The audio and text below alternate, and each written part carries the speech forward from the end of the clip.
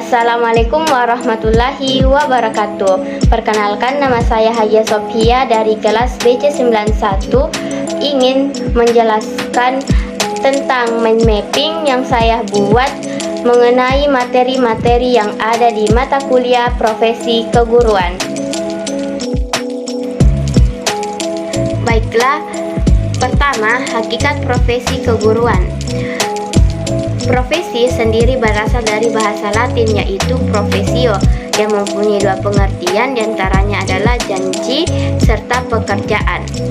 Profesi pada hakikatnya adalah suatu pernyataan atau suatu janji terbuka yang menyatakan bahwa seseorang itu mengabdikan dirinya pada suatu jabatan atau pelayanan karena orang tersebut merasa terpanggil untuk menjabat pekerjaan itu.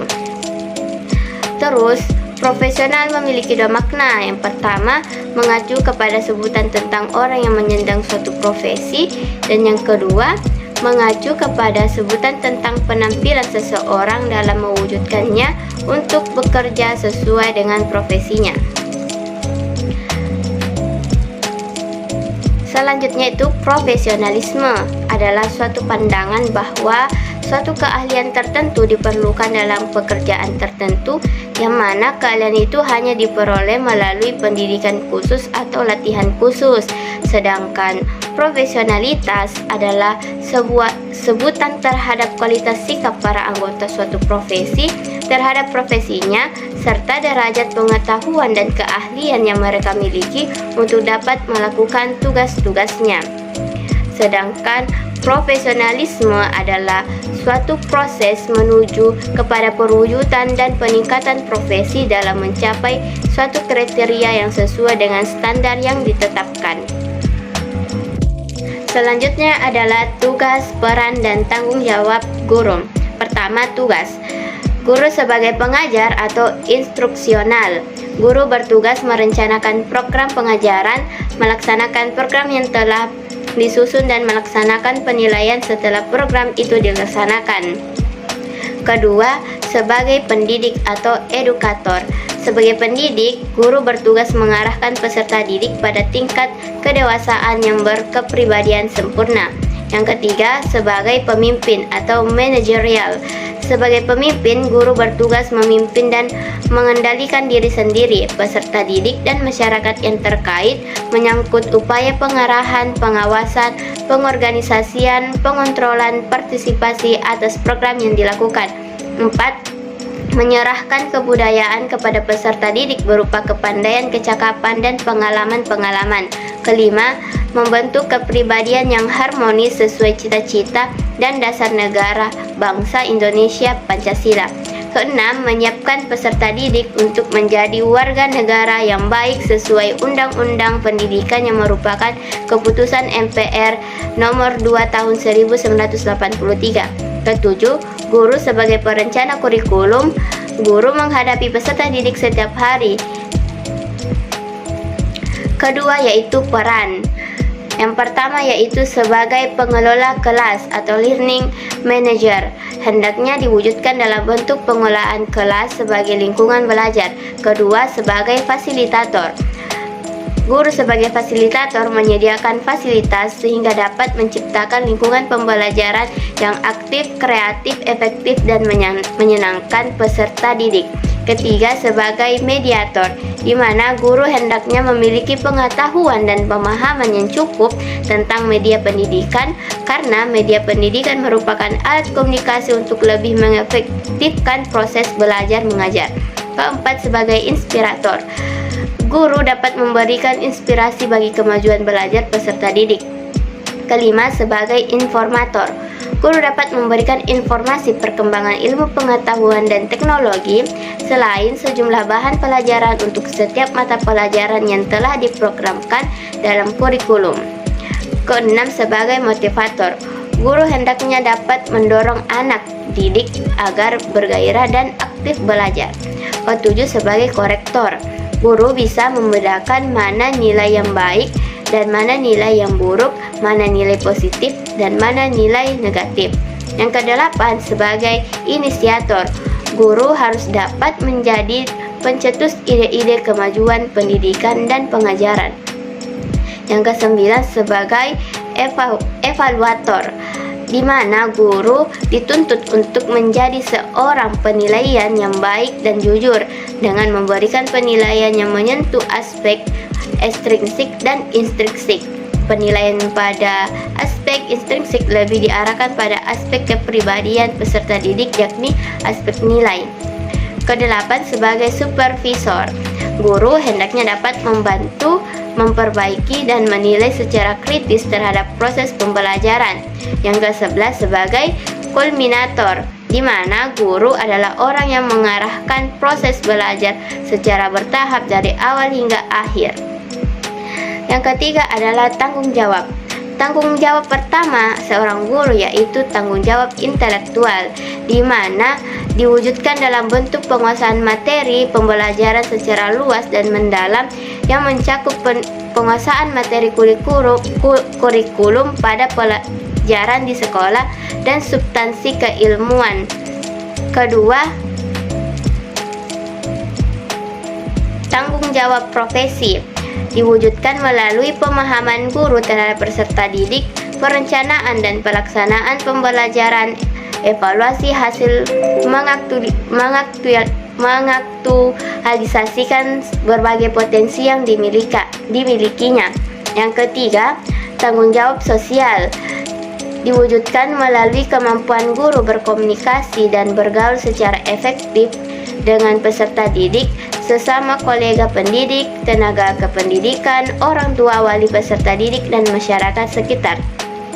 Yang keempat, tanggung jawab spiritual dan moral diwujudkan melalui penampilan guru sebagai insan beragama yang perilakunya senantiasa berpedoman pada ajaran agama dan kepercayaan yang dianutnya serta tidak menyimpang dari norma agama dan moral.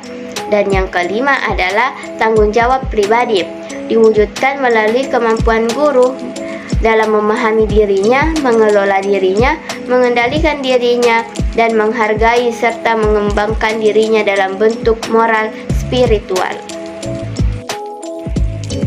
Selanjutnya adalah kompetensi guru. Yang pertama yaitu kompetensi pedagogik. Kompetensi pedagogik adalah kemampuan pemahaman terhadap peserta didik, perancangan dan pelaksanaan pembelajaran, evaluasi hasil belajar, dan pengembangan peserta didik untuk mengaktualisasikan berbagai potensi yang dimilikinya. Yang kedua, kompetensi kepribadian. Kompetensi kepribadian adalah kemampuan personal yang mencerminkan kepribadian yang mantap, stabil, dewasa, arif, dan berwibawa, menjadi teladan bagi peserta didik dan berakhlak mulia. Ketiga, kompetensi profesional. Kompetensi profesional adalah penguasaan materi pembelajaran secara luas dan mendalam yang mencakup penguasaan materi kurikulum pada pelajaran di sekolah dan substansi keilmuan yang menaungi materinya, serta penguasaan terhadap struktur dan metodologi keilmuannya. Dan yang terakhir, kompetensi sosial. Kompetensi sosial adalah kemampuan guru untuk berkomunikasi dan bergaul secara efektif dengan peserta didik, dengan tenaga kependidikan, orang tua, wali peserta didik, dan masyarakat sekitar. Selanjutnya adalah mengenai organisasi profesi keguruan. Tujuan dari organisasi profesi keguruan ini adalah untuk merealisasikan keinginan atau harapan dan cita-cita bersama para anggota organisasi.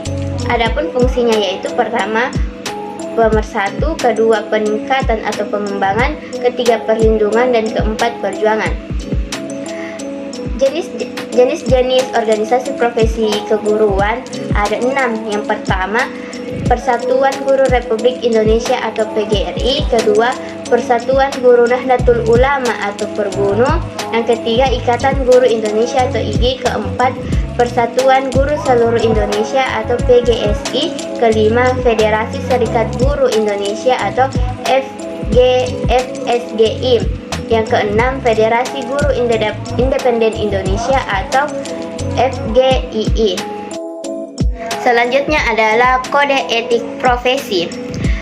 Kode etik profesi adalah sistem norma, nilai, dan aturan profesional tertulis yang secara tegas menyatakan apa yang benar dan baik dan apa yang tidak benar dan tidak baik bagi profesional, perbuatan apa yang harus dilakukan dan apa yang harus dihindari. Adapun kode etik guru Indonesia, yang pertama, guru berbakti membimbing anak didik seutuhnya untuk membentuk manusia pembangun yang berjiwa Pancasila. Kedua, guru memiliki kejujuran profesional dalam menerapkan kurikulum sesuai dengan kebutuhan anak didik masing-masing. Ketiga, guru mengadakan komunikasi terutama dalam memperoleh informasi tentang anak didik tetapi menghindarkan diri dari segala bentuk penyalahgunaan. Keempat, menciptakan suasana kehidupan sekolah dan memelihara hubungan dengan orang tua murid sebaik-baiknya bagi kepentingan anak didik. Kelima, guru memelihara hubungan dengan masyarakat di sekitar sekolah maupun masyarakat yang luas untuk kepentingan pendidikan.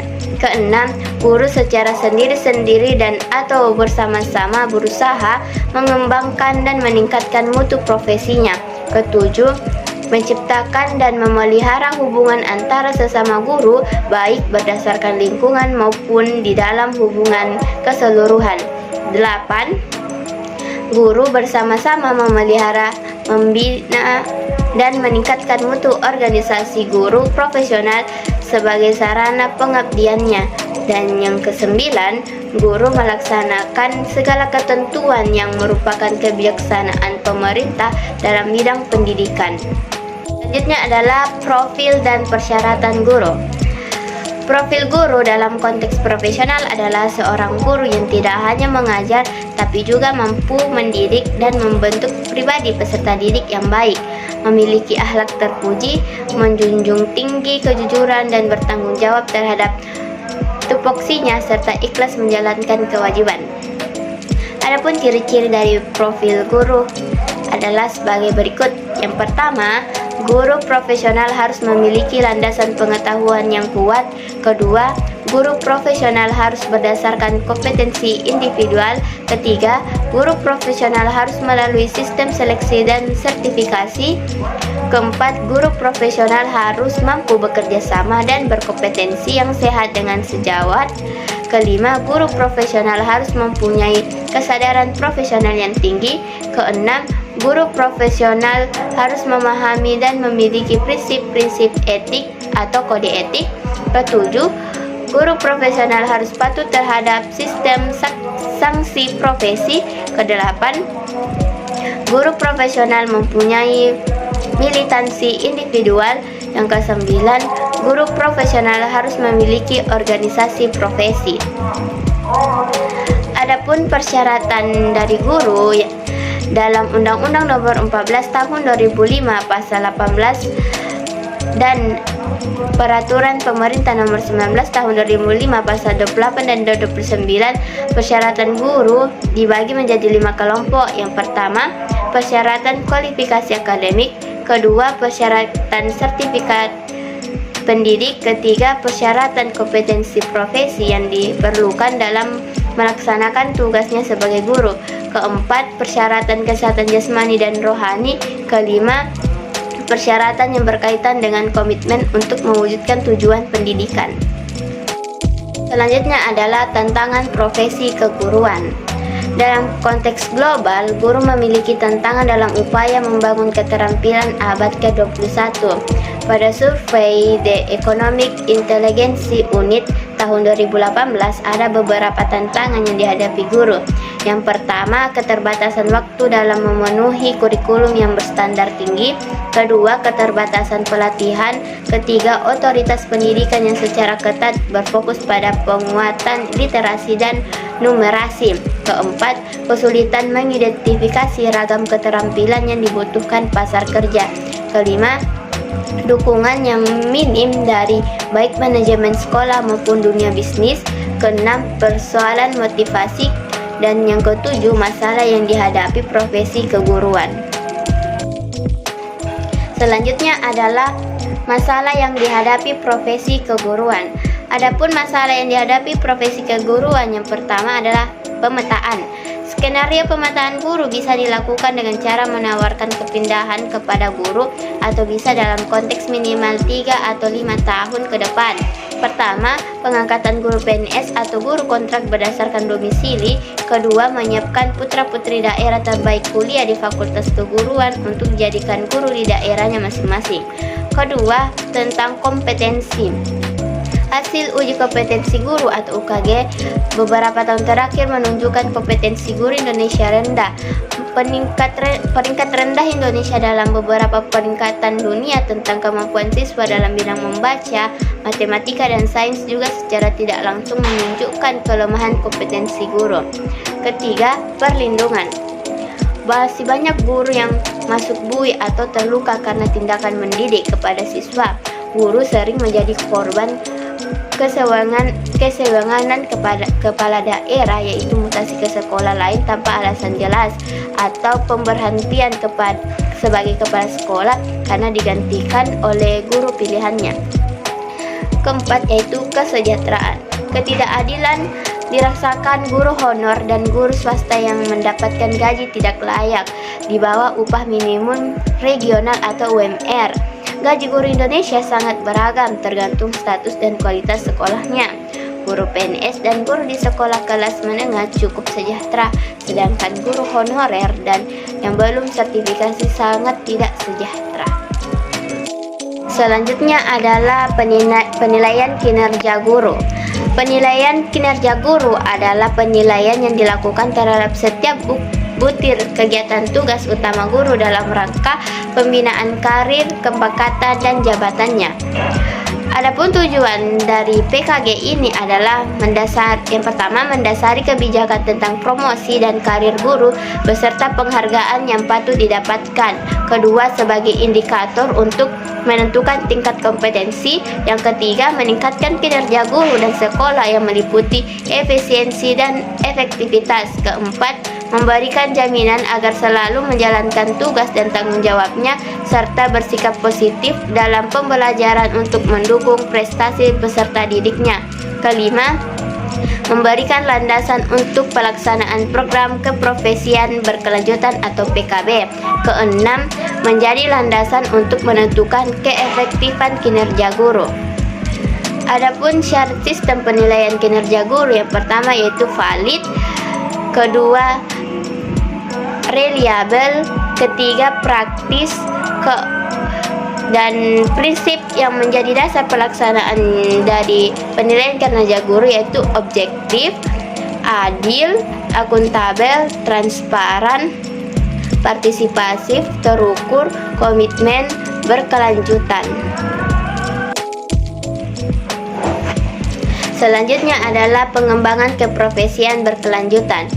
Pengembangan keprofesian berkelanjutan adalah pengembangan kompetensi guru yang dilaksanakan sesuai dengan kebutuhan secara bertahap berkelanjutan untuk meningkatkan profesional guru.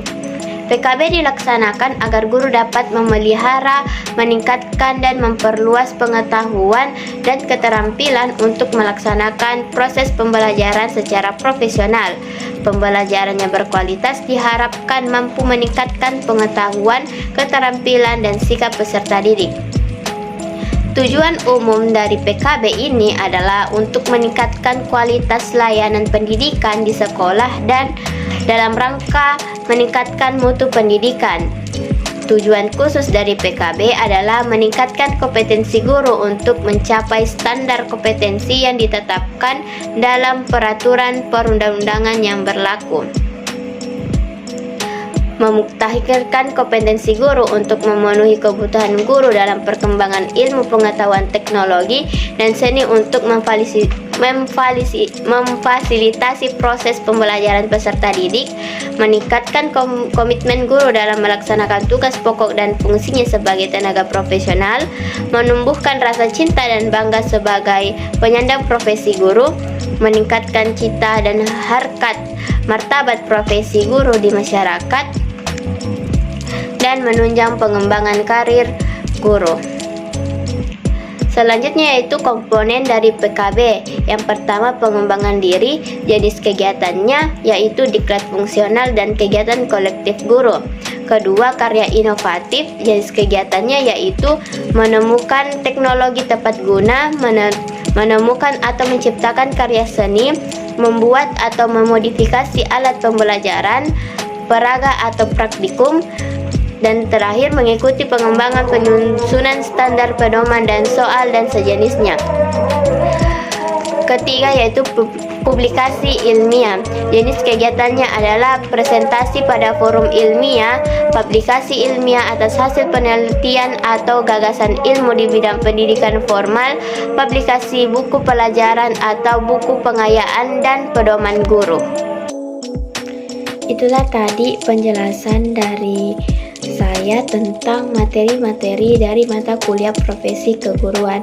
Jika ada kata yang salah mohon dimaafkan, jika ada benarnya itu datangnya dari Allah Subhanahu wa taala. Terima kasih. Wassalamualaikum warahmatullahi wabarakatuh.